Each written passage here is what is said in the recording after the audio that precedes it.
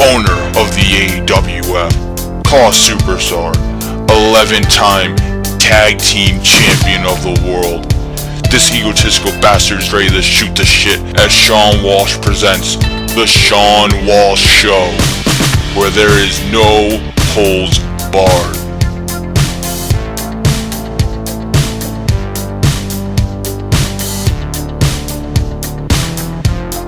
Ladies and gentlemen, welcome to the Shawn Walsh Show.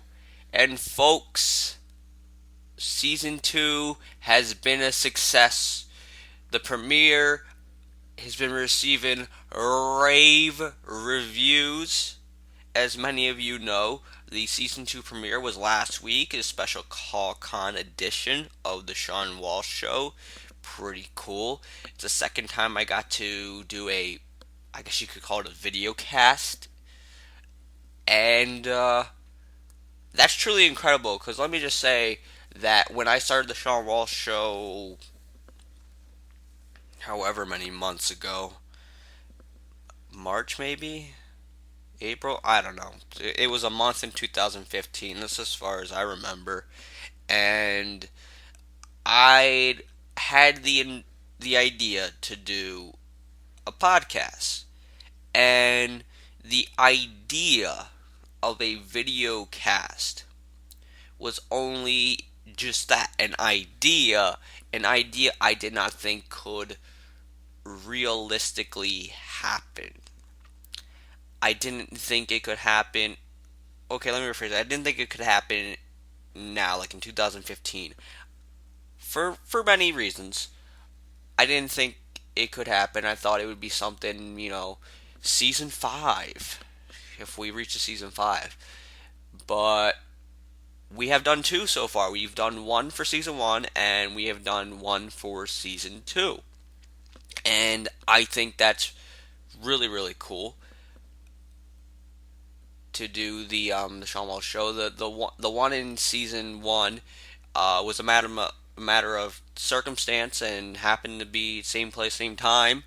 And that worked when I did it with Alex and Steve. And we did it again back in August for the NXT TakeOver event, which was an awesome event, by the way. And we got to record one with myself, Travis, Adam, and Steve, and that was really cool. So I got to do 2 this year, 1 for each season. Is that the final one this year? I don't know. I'd like to do 1 again, but I don't know if another one happened. Okay, let me rephrase that. Another one will happen. I just don't know if it will be in this season. If I had to take a guess, the next one will probably be come Season 3 of the Shawn Walsh Show. This is just me taking a guess right now. There's no definite plan set, but there's been ideas tossed around. So, for those who've been a fan of our video cast, they're more likely than not should be a video cast of the Shawn Walsh Show come next season of the Shawn Walsh Show. Who will be on it? I don't know, but I'd like to have some people come back and some new people, so we'll have to wait and see. I'll let you guys know more information about that in the next couple months when I actually have an idea of how legitimate of this happening is. But just wanted to throw that little tease at you guys right now, get you guys a little bit interested and wonder, what is this guy talking about? However, that's Season 3 or whenever. Today, we have a very special edition of the Shawn Walsh Show, a first time ever. I don't know if you guys noticed, but I really like first time evers. I think they're pretty cool. And I have a first time ever style of guest. And what I mean by that is for the first time ever, I have a female guest of the Shawn Walsh Show. Now, to people outside of the call community, may not understand the significance of that. People within the call community understand that, kind of like professional wrestling, professional wrestling is not too bad. Like, there's still a lot of women in professional wrestling. In call wrestling, it's very, very male dominated. There's a lot of men in call wrestling, and there's very few women. Some people actually believe that there are none, but lo and behold, there are some. And I've known this for years. There's just not many of them. Some of them aren't the greatest people. Some of them are alright people. Some of them are hard to find. Some are easy to find. But they do exist. So, I got an incredible opportunity to bring one on the show. And that one being the one behind Evan O'Shea, who's a pretty established call wrestling name in itself. Evan O'Shea has been around the call world for many years and has done various things in various different promotions, which we are going to talk about. Many people don't know that Evan O'Shea is actually created by a woman. That's a bit of a shocker to many people. It's some people that I have told about this. So, prepare to have your minds blown. Really interesting interview. How it came about is, if you remember, towards the end of season 1, there was a little bit of drama with myself and some other people within the call community, and I extended invitations to those people that if they'd like to, they could come on the Shawn Walsh Show and they could tell their side of the story, and we could address this drama. Well, they, as you know, declined to do so. That's unfortunate for them because some people were looking forward to it.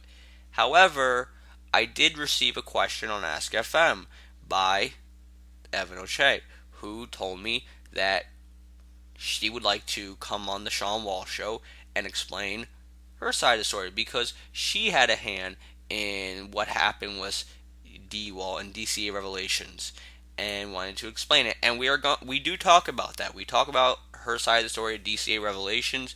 If there's one thing I believe, there's always two different sides to the story. I mean, really, there's three sides to the story, but just for argument's sake, there's two sides to the story. We got D-Wall's side. Now we're going to get the other side. And that's up to the viewers out there to decide which side you back. Whose side are you on? Not that it really matters because it's been many, many months since then. Both parties have moved on and done successful things on their own, and I wish both parties very much luck. Before we get to that, however, I am going to address that on this channel. As you know, this is the Call All Stars YouTube channel. This is not just the hit for the Shawn Walsh Show. Of course, our main programming is Call All Stars related programming, and next week is currently planned to be the release of Call All Stars 7. Call All Stars 7 is, I can confirm right now, officially all edited, and it is waiting to be commentated. Hopefully, by the time some of you are listening to this, some of it has already been commentated. If you don't know, the official commentary teams have been released on the Call All Stars Facebook page for the days and stuff like that. So I'm going to give that to you right now.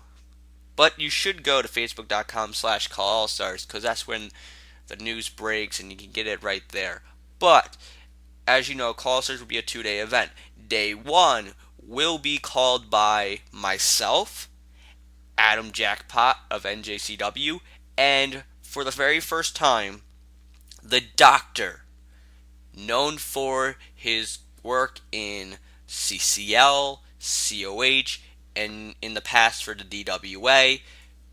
Incredible opportunity to have the doctor on, and he's going to be doing commentary for day one with myself and Adam Jackpot. Day one will be the event, which is headlined by Ben Hitman versus Ray Geddes, AWF World Heavyweight Champion versus CCL World Heavyweight Champion.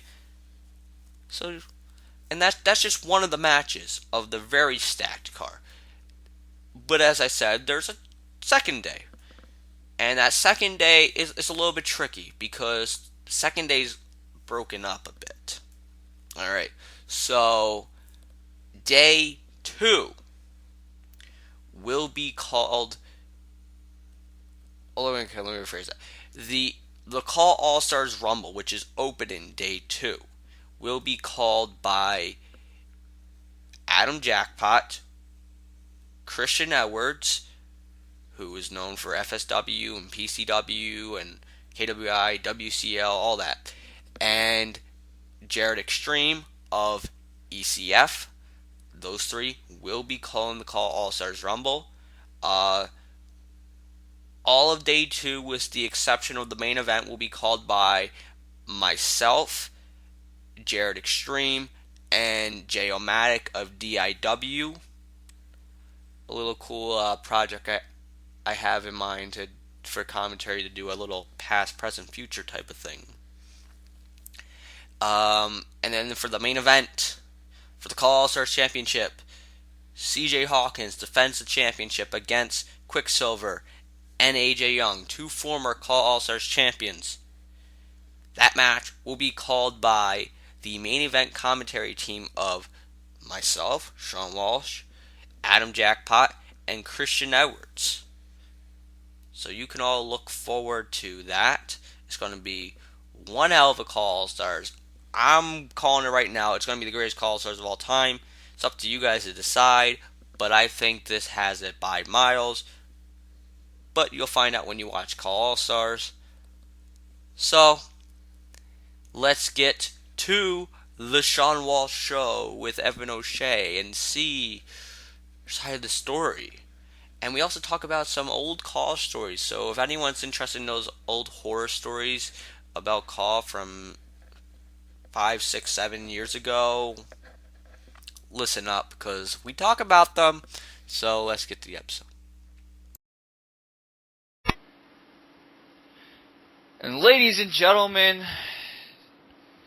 it's time for something interesting today. For the first time in Shawn Walsh Show history, we are going to have on a female. Now, to some people, it's like, why is that such a big thing? Because there's a lot of men in Call Wrestling, a lot of nerds, by the way.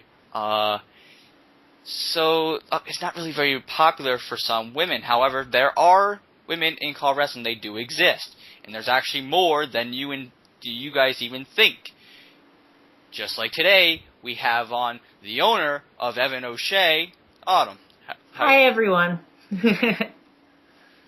Now, first of all, since I was talking about women in Call, what are your thoughts on some of the women in Call Wrestling? Because it's almost foreign. It's like to some people, like it's so weird. Do you think that? Why is that? Well, I feel like with wrestling in general, a lot of people think that it's more of a male-centric thing. Like at one point, especially like when my older brother's generation was growing up watching wrestling, and while a lot of the people that have been in Call for a while, who were in their mid to late 20s, were growing up during the Attitude Era, it was definitely a lot more female-centric. But as wrestling has evolved and it's become more of a family product or something that you can bring your kids to, or you can bring your girlfriend to, and they've made these wrestlers that can appeal to girls. It's becoming more of a thing that everyone likes. And with Call Wrestling, it's just I feel like there's actually a lot of girls in Call, especially like in the online community where you got people who do competitive matches and all that. It's just like, it's the whole, like, video games are for guys, and this is for guys, and there's no girls on the internet, and that niche kind of thing that has been around since the dawn of the internet. Yeah. Do you think that? I mean, I would think you would, but do you think that call wrestling should be something maybe more girls should feel? I don't know, if they want to do it, more open to do it, since besides the fact that it is mostly a male dominated hobby. Yeah, I mean, like, I've only met a couple girls in call wrestling during my time in call wrestling, and I feel like it's something that anybody, whether you're a boy or girl, whether you're 12 years old or you're 25 years old, no matter what your orientation is, no matter who you are, this is something that everyone should feel inclined to do. Yeah, pretty much that. Everyone should feel like they are comfortable with doing call wrestling, because for many years it was my outlet to show my creativity and all this other stuff. And even though that I, for the most part, have moved on from call wrestling, I feel like this is a great outlet for people who want to get into the wrestling business or have a huge infatuation with the wrestling business, and they want to like try running their own league, like a fantasy league, but don't want to invest thousands of dollars in running an actual league. Mm-hmm. Now, I'll ask this because I ask everyone else. How did you get into call wrestling? Like, what was the first call show that like made you like, I have to get involved or watch this stuff? Well, like most people, I was a huge fan of SMF back when call was still like fantasy, a lot of fantasy. I was a big fan of SMF and like ICCW and those leagues. I think there was one that was called like UWO or something like that. It was one of the other ones that I first saw that I was like, wow, how do these people do this? And I really wanted to get into call after that. And I think that was like 06, 07. So right, yeah. Yeah, it was a long time ago now that I think about it. Yeah, because that's around the time the SMF got started up, and it's weird now. Like, I watched SMF, and you look back, and it's so weird to see how long ago that it was, and it's not around anymore. No, like all those companies that I mentioned are no longer there, and these are leagues that people thought were going to be there for years. Just so it proves that don't take things for granted, because like I'd like to say that right now one of the biggest call leagues there is, at least for offline leagues, would be like WEDF. WEDF could be gone tomorrow. So if you're a huge fan of WEDF, appreciate what you got right now. Now with WEDF, because I know we were kind of talking about it before, WEDF's been around for a while. Yes, WEDF. I think Frank started WEDF in 2009 as ICCW. Or it was ICWA. It was ICWA. Yeah. Now, do you see? Now, I haven't caught a lot of WEDF lately, but I still see they're still pretty active. I know they're coming to WrestleMania soon, I think. Yeah, I think he's on the road to WrestleMania right now.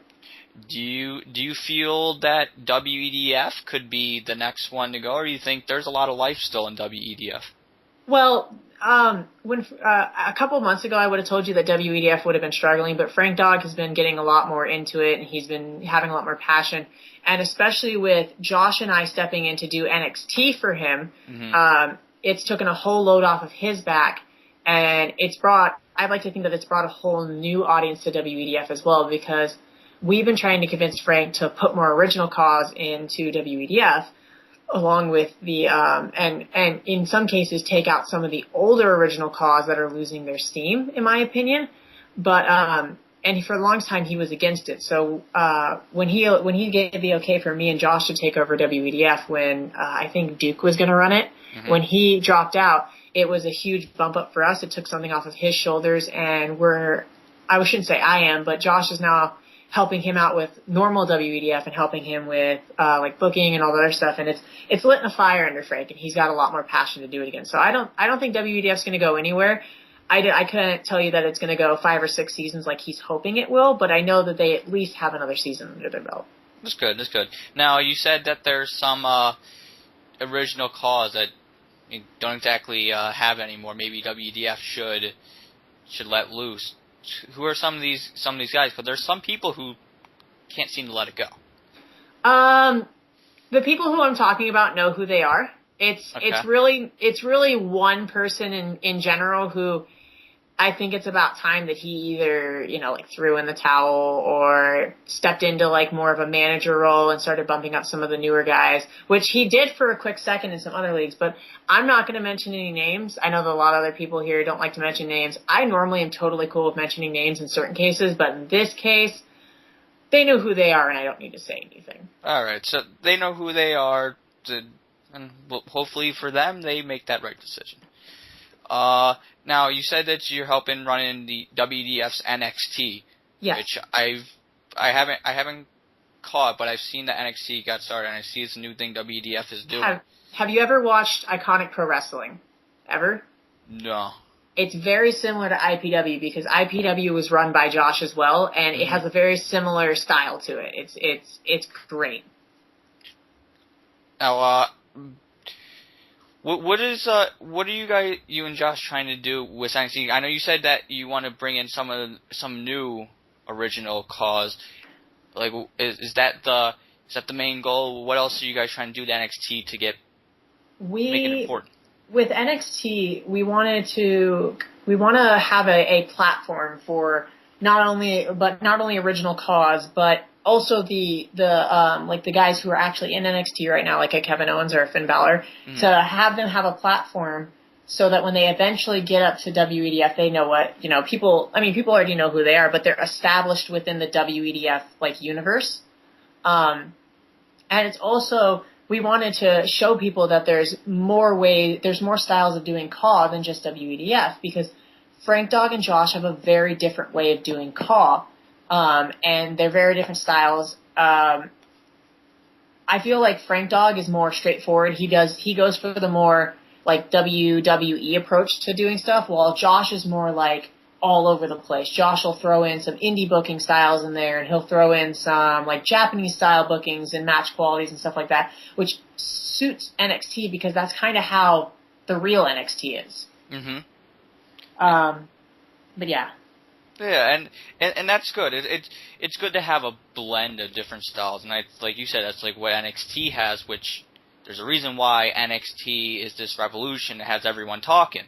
So hopefully for WDF's NXT, it's the same case. Now, one thing we kind of talked about a little bit before that hopefully you can explain, because there's a lot of people that watch this show that are in call now that don't really understand this. The Vivian-verse.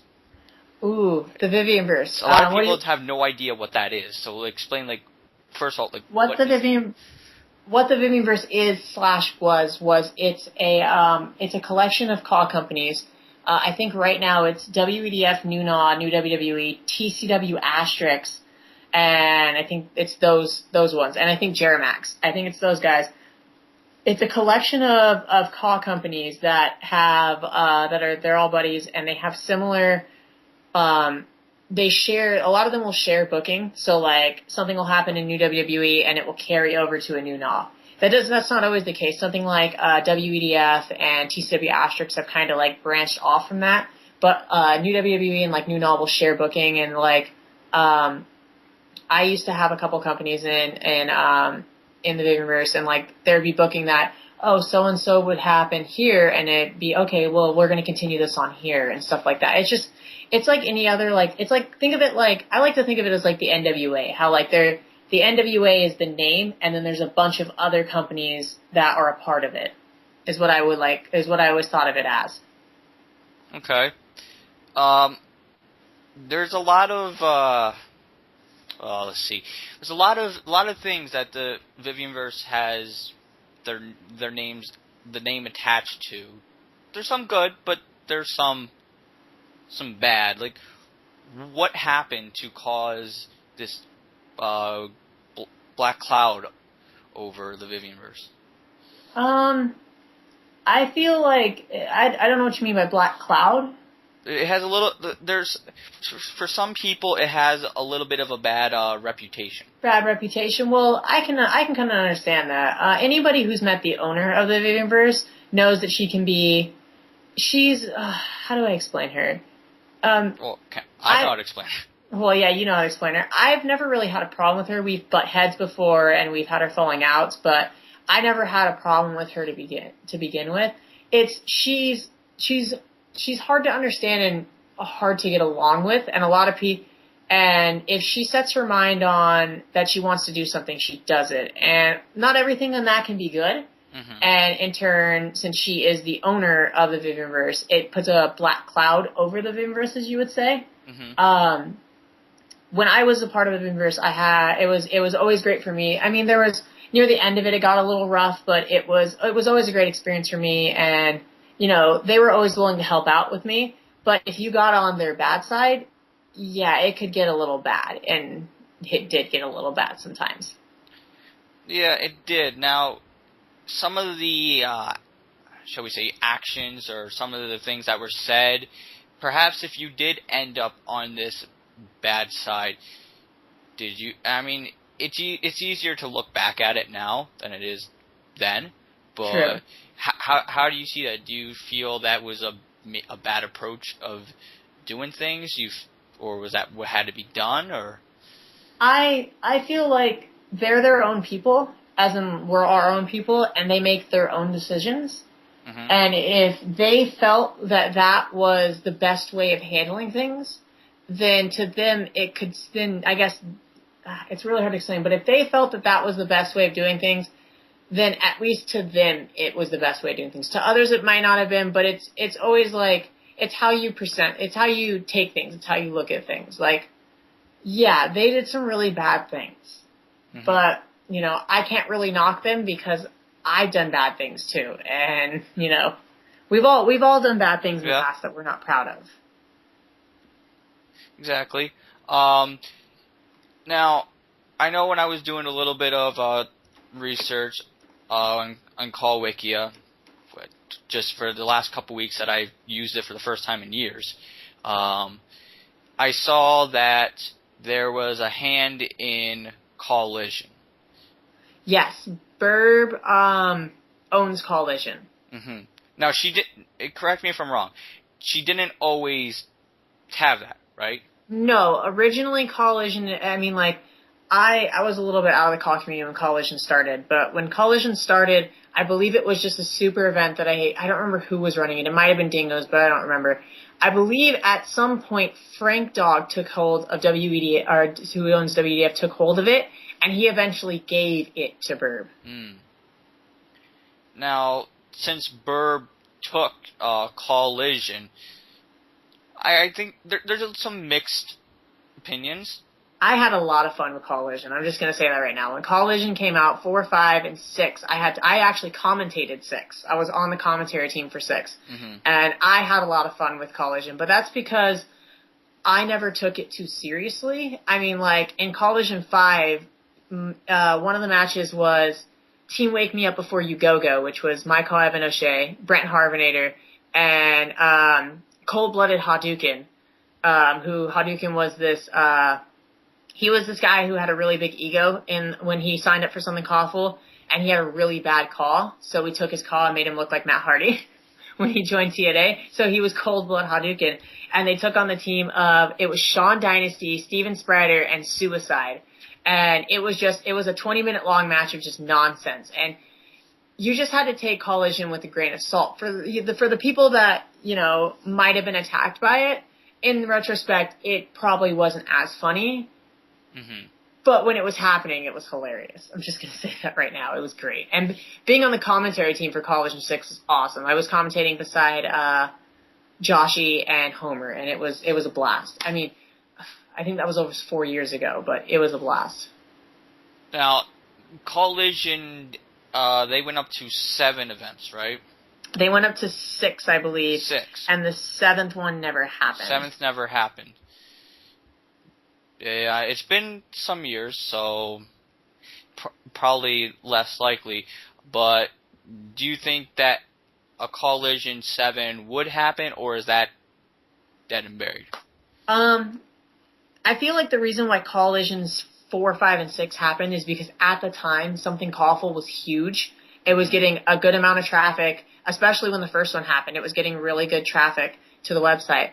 I feel like the only way that Collision 7 would ever happen is if a new call website or even something Callful got a new burst of people coming in, and like all the people who were a part of it, well, not all of them, but the main people who were part of it were able to get back together. And there could be a Collision 7, but I feel like it would require a community to do. Because Collision was made for, I mean, Burb, of course, made it for herself, but it was made for the community, the Something Callful community, because everyone wanted it. Mm-hmm. But there's not a community anymore wanting it. I don't see it happening. Okay, alright. Now, you have your call Evan O'Shea. Yes. And while Evan O'Shea, he's like a big name. It's one of the names on the homepage of the Call Wikia page. He is a big fish in a small pond. Yeah. Very big fish in a small pond. Or he's a big fish in a very, very small pond is what I should say.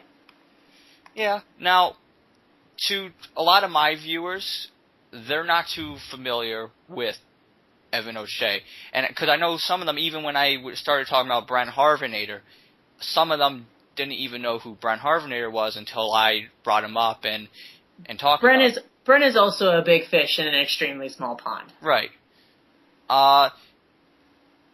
Explain to some people who is Evan O'Shea.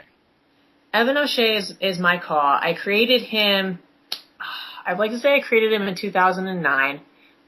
He went through a really wonky phase of gimmicks. I think I started his name out as like Andrew Green, and then I gave him the stupid name of TX3, and then eventually I gave him the name of Evan O'Shea, and that was in 2010 when I did that. And originally he was he was a high flyer, but I eventually started to shift him into more like a submission mat technician, with giving him more like a Dean Malenko spin. And he kind of had that for years, like from 2011 to mid last year. And he was just he was this goofy, mat technician, small guy that people would push around. And when I met Hannah Brightly and we started dating, she wanted to update my call, and I sent it to her, and she made it look more like hers. Now, if you know, a lot of people might not know who Hannah Brightly is.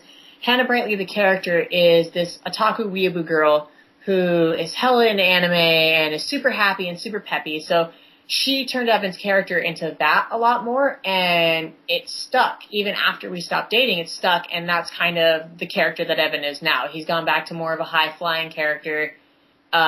We call him Mr. Kawaii, or the otaku king, the king of otakus, and he's back to being a goofy character. So it pretty much came full circle, if you will. Alright. Now Evan O'Shea is still active in Call Wrestling, right? Yes, he's currently in PPW, I believe it is, PFW, Power Fist Wrestling. He's in WEDF. And he was in WCW until recently. I recently took my guys out of WCW.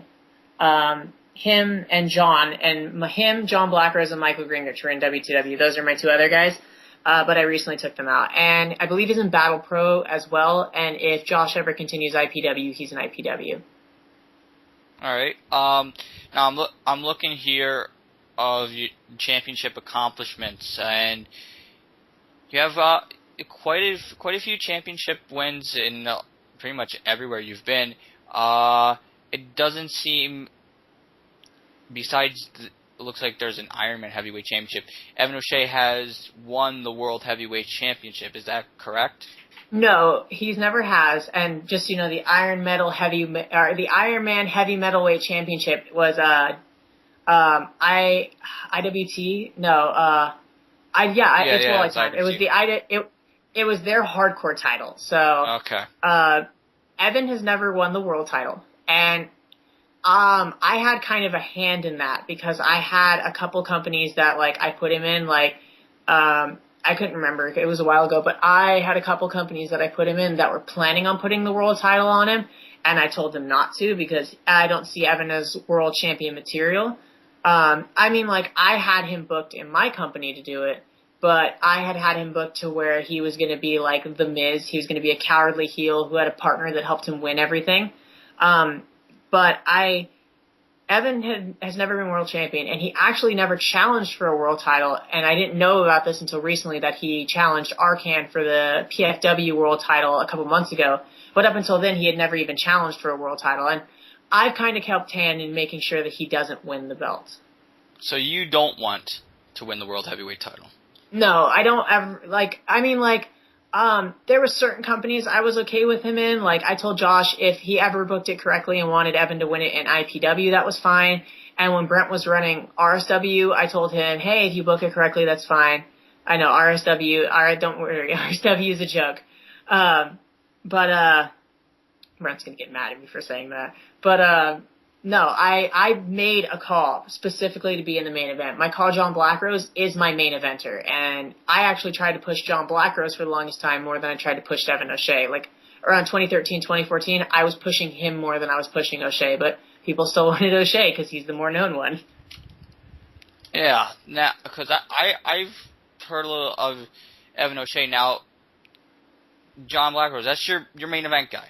Yeah, I mean, if you've watched DCA, he was the DCA champion for like 6 months. Mm-hmm. And because I'm looking now, and I'm reading here that he's also part of the NXT. He is. Yes. When Josh and I were making WEDF NXT, we wanted to have it be kind of like the real NXT, where they'll go backstage and you'll see the producer guys. You'll see guys like Billy Kidman and all those guys talking with the NXT guys. So I said we should have a handful of people that are producers. So guys like John, Brent, and then people like Dean Malenko and Arn Anderson are our producers, and you'll see them in the back talking it up with people. He's a producer and a trainer for NXT.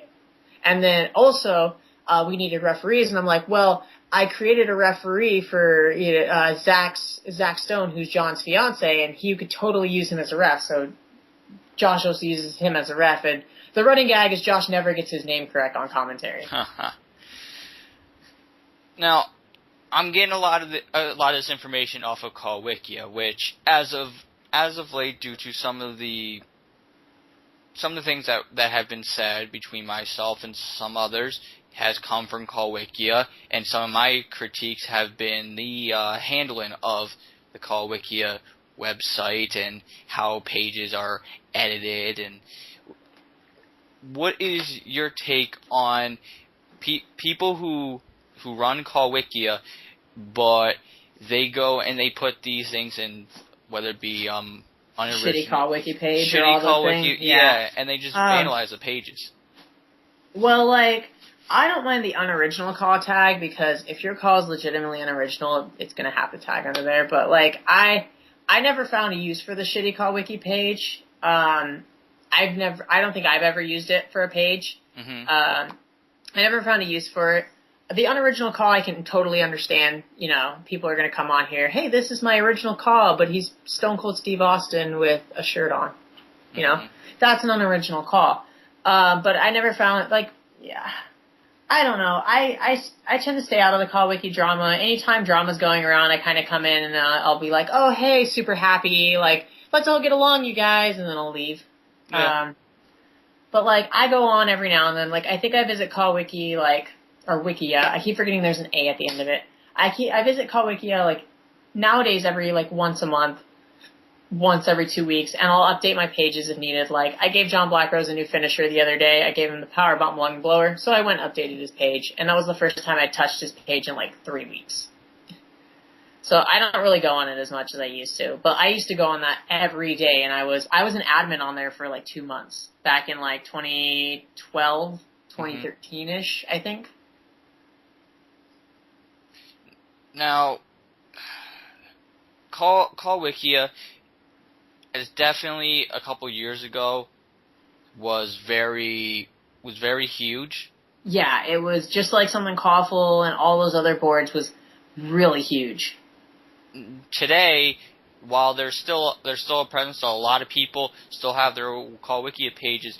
However, I mean, this is just my opinion. I feel that it's not as big as it used to be, because there's a lot of new call shows that either barely know that there is a call wikia, or just don't even want to use call wikia, and a lot of the call wikia pages are from people who have been using call wikia for years, where it's not getting as much new attraction. Yeah, I've noticed. So, like, I remember when I used to go on it a couple of years ago, there'd be tons of edits each day. You know, we would get sometimes where there'd be like 50 to 100 edits a day. But now you get lucky if there's 5 or 10 a day. And, like, I'll edit something, and then my edit will still be at the top, like, a day later. It's like, not a lot of people go on it. And it's true. The same people go on it. The Dark Angel guy, Brent goes on it a lot. Bird will be on there every now and then. Biff goes on it. Derek goes on it. That's pretty much it. No one, like, I go on it every now and then, and that's it.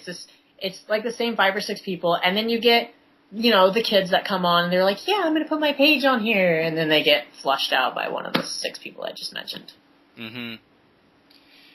Do you feel that the reason why this is because some of the drama that happens on Call Wiki, and maybe if some of the petty drama, if it just wasn't drama and it was just you guys just go make your pages, it would be more people would have the will to go and maybe build on Call Wikia and have new viewers on it and new pages and grow it. Yeah, I feel like that could definitely be the case. I feel like it's more like, to play devil's advocate, it's more like Call Wiki has they have a set of rules. The minute you log in and you look at the sidebar, it has rules there. Mm-hmm. And a lot of people don't follow that. Do you have proof that your colleague exists? No, then you can't be on Call Wiki. You have to, a lot of the call stuff on Call Wiki you can't find videos of anymore. Like, none of my leagues, they all got deleted.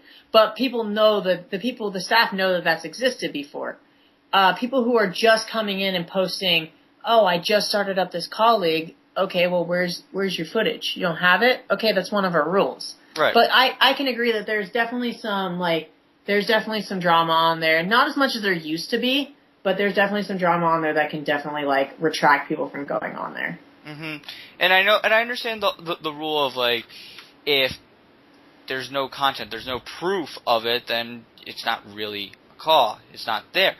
But I know when my little exchange with Burb, she said, like, oh, well, for my show, I didn't see AWF stuff, although it's not even that hard of a search. There's a lot of content, and it doesn't have bad viewership either, and it's pretty easy to find.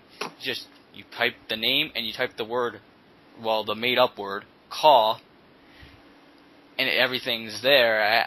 I'm like, really? I thought that was dumb, at least for me, and I know for other people where they have their content, but because, I don't know, maybe certain people aren't within a certain clique, or whatever the case, or from a certain time, they get this label, and that they're easier to vandalize their pages, and everyone just kind of stands by and laughs, and it's okay.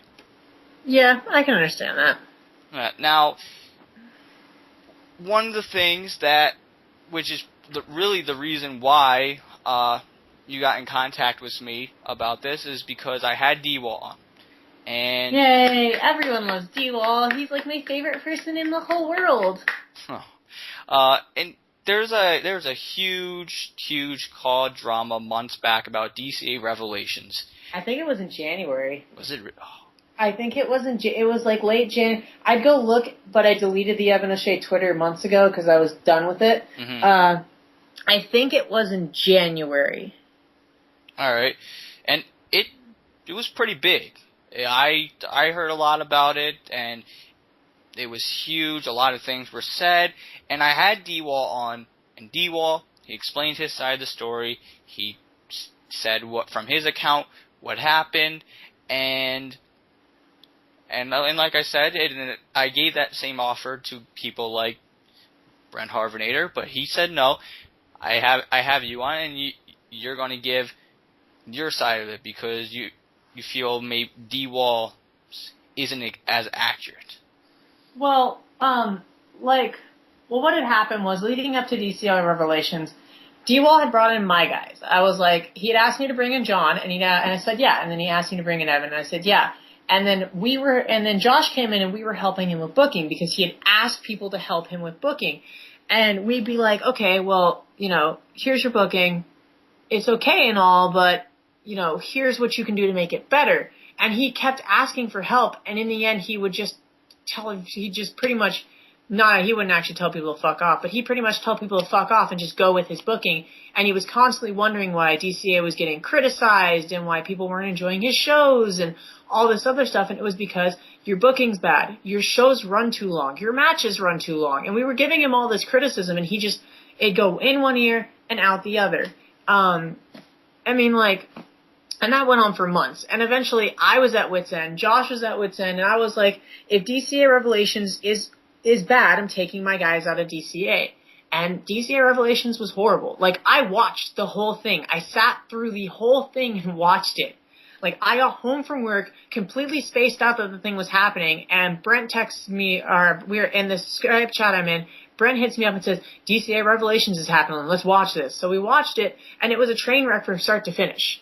The average length of matches was like 20 minutes a match. They had a 48-minute tag team ladder match that was the second match on the card. I understand that this is your biggest show of the year, but people need to realize that this is also CAW wrestling. Mm-hmm. I have a very strict thing with CAW that I got from somebody a long time ago, that people need to take into account that CAW wrestling is not real wrestling. It's a very limited aspect of what you can do in the game.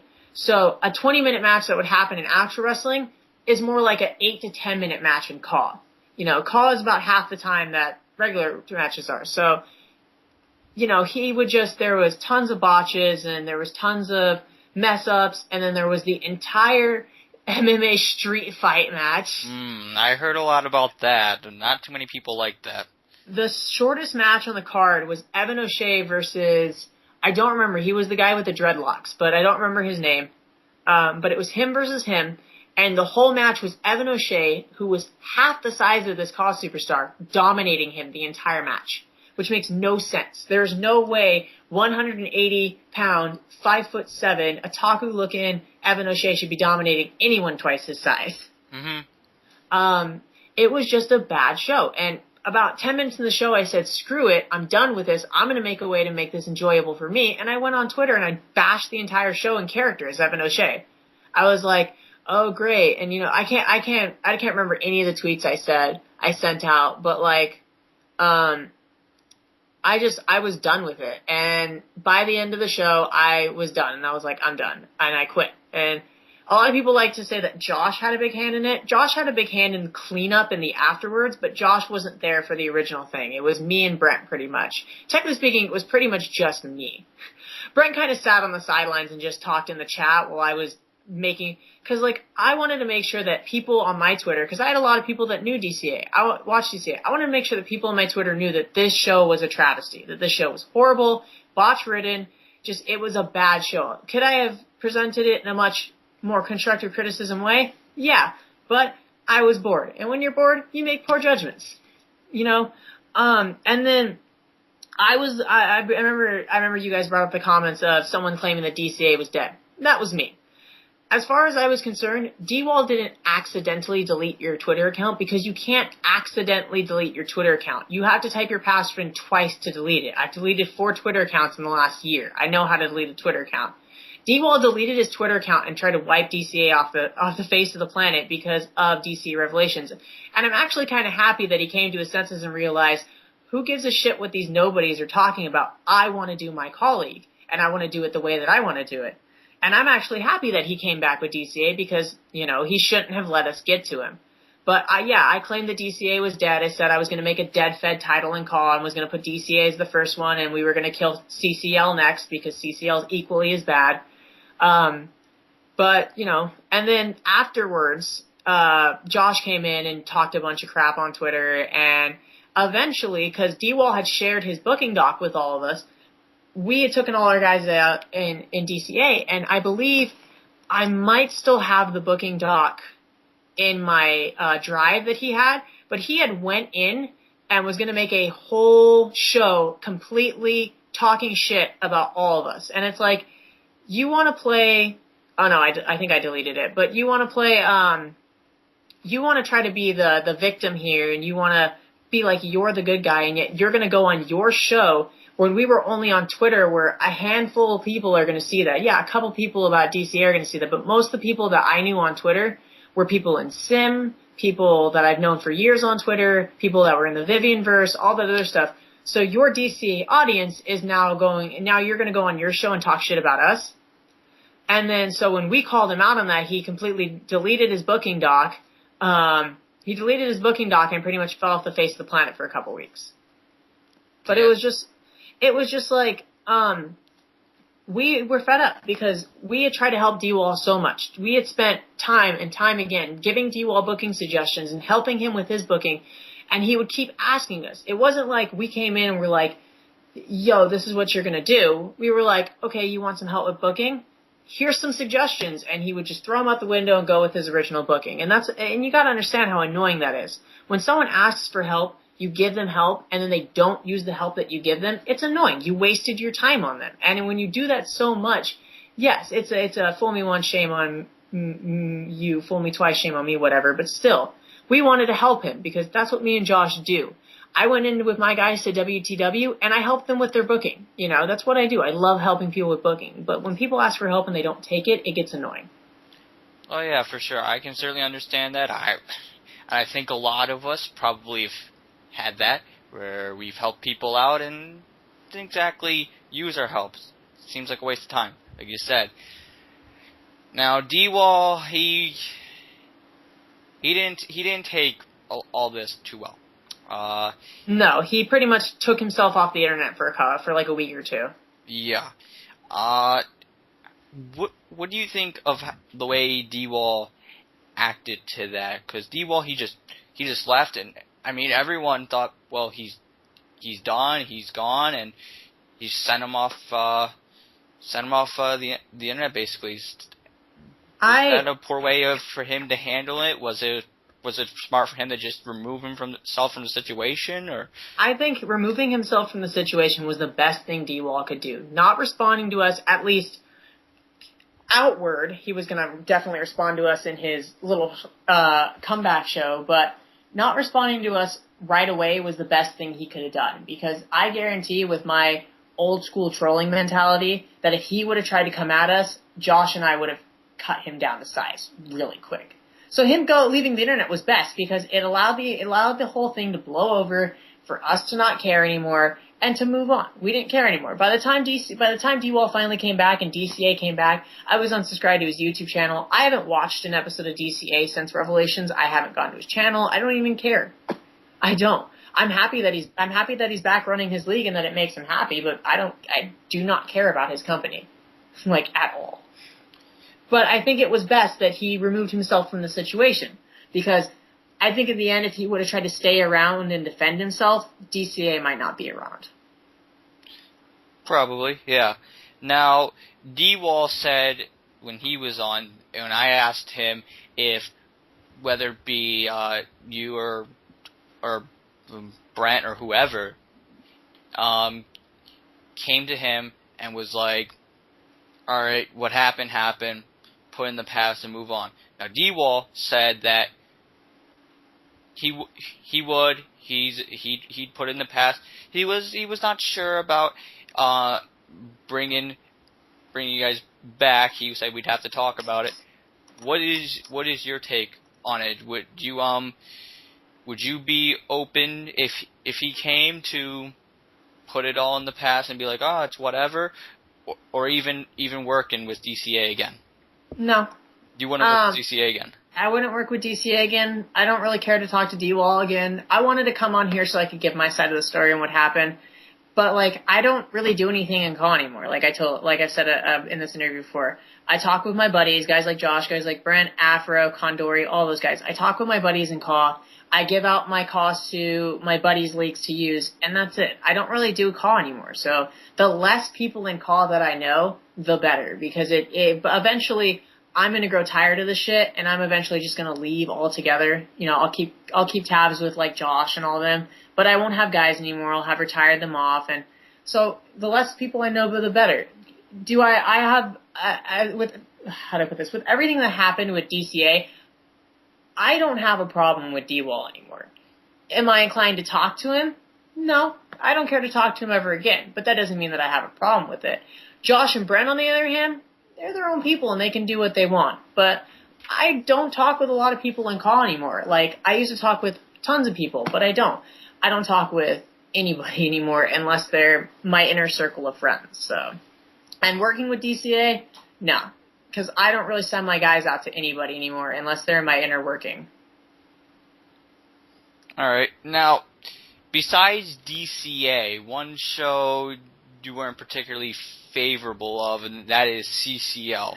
I hate CCL. And that might, because I've only seen a couple shows, but that might be because I was with Something Call for a long time and I was programmed to hate CCL. But even outside of my programming to hate CCL, I still think it's a crappy show. Now, I haven't watched, now mind you, I haven't seen a CCL show since 2012, 2013, so I don't know how much better they've gotten or worse they've gotten. Mm-hmm. But when I used to see CCL shows, they were terrible. Now, explain as to why, because I have some people who are fans of CCL that may be curious as to why it's not, and I'm sure you have your reasons because you talked about it earlier when you were talking with me earlier. I had a problem with the booking. I didn't like how it was booked. I didn't like how Sushi X kind of would bring in other people's cause to job them out to his cause and make his cause look amazing. And his cause were Mary Sue's. Like, I didn't like his booking. His characters were awful. He wasn't all that great of a guy. His matches were horrible. His production quality was okay, but he hired really awful commentators and awful ring announcers. And all. The product was just overall awful. And what was kind of the final nail in the coffin for me was when Brent was trying to when Brent was going for the world title. All right, yeah, and we've heard a little bit of this story of with Brent going after the World Heavyweight Championship. So, well, from your side, explain. Let me explain something to you. So you guys know how Brent won the world title and then quit CCL, right? Mm-hmm. You guys remember that, right? Who do you think's idea that was? When Brent came to me in the chat and said that it was mine, when Brent came to me in the chat and said, Sushi X is telling me he's gonna, I think Sushi X is the name of the guy who runs CCL, it's been a while. Yeah. Sushi X is gonna put the belt on Brent. What should I do? I said, make him think that you're gonna stay, win it, and quit, and then give me the belt. And I'll run it in EDF as like a joke title. And that was our plan. But Brent never fully went through with it. He won the belt, and then he quit, but we never went through with the whole turning it into a joke belt thing. But Brent was originally just going to quit CCL. He was just going to quit. But when he told me that Sushi X was going to put the belt on him, I said, stay, win the belt, and then quit. And you could take it to another company. I was the whole person who came up with that. But yeah, like, and that's because Sushi X runs a horrible company. He'd bring in guys like a Smokey. As much as I hate Smokey, as much as I seriously hate Smokey, he'd bring in a guy like Smokey, a guy who would be main eventing or at least upper mid-carding everywhere else, and he'd be jobbing in the tag team division to one of his guys. Or like a guy like Brent, who was doing relatively well everywhere else, but would be jobbing to his guys. And I feel like he brought in, I put bigger in quotations, names from Caw, to put his guys over. And I never was a fan of that. When I ran EDF and cause EDF was completely original, I only had like 4 or 5 of my guys in there and they were never really put over other people. I mean, John won the belt, but he ended up losing the belt. And I eventually had him put over somebody. Evan was putting over someone in the tag team division. Michael Greenwich was dropping people out, but he was in the undercard division and was eventually going to put someone over if I didn't close the company down. I never intended to bring people in to put my guys over. It always seemed like Sushi X only brought people in to put his guys and himself over. That's why I don't like CCL. Now, one thing you referred to CCL's cause as Mary Sue's? I love that term so much, and I get that from Burb. I get that term from Burb, but Explain that, because there's a lot of people, I mean, even me myself, who don't exactly know what that is. A Mary Sue, at least in the terms of call companies, what a Mary Sue is somebody in a call league that is the owner's creation that is quickly, easily pushed to the moon. They normally trample over other guys' cause or, real wrestlers to get there, and they're normally always put on this pedestal of how great they are and how they're the best thing ever, and, they're a Mary Sue. A Mary Sue in a character is someone who's perfect without fault. And most of the time, these guys in colleagues are exactly that. They're built to be multi-time world champions, and they're the best wrestlers in the whole company, and they're the owner's creation. If you have a company, if you have a company that's all your guys, then yeah, I guess. But if you have a company that has a ton of guys in it that are your creation, if only one guy is getting pushed to the top, he's a Mary Sue. Like John Cena. John Cena was a Mary Sue for the WWE for the longest time. He was always presented as this perfect guy, getting all the world title reigns, etc., etc. I think Aaron Alexander was the main Mary Sue for CCL. I don't remember who they were, but I think it was Aaron Alexander was the main one or something like that. It was him and Nathan House. Him and Nathan House were like the main Mary Sues of the company. And even if they weren't Sushi X's creations, they were still being pushed to the moon with multiple world title reigns, and we're going over all these people, and it got boring after a while, and it was just like, yeah, I'm done. I'm never watching this shitty league ever again. But like I said, they might be better now. I won't know, because I don't watch Caw. I actually stopped watching Caw years ago, but I don't watch Caw. I mean, I'll watch NXT, and I'll watch, Battle Pro, and I'll watch IPW if Josh ever brings it back, and I was watching Wrestling Haven when Hannah was producing it, more so because I was her girlfriend, and she made me watch it, but, those were the only Caw leagues I watched. That's it. I don't really watch Caw at all. I hate Caw. I think Caw's stupid. It's dead, and it's for little kids. Now, you've been out of Caw for a long time. About a year.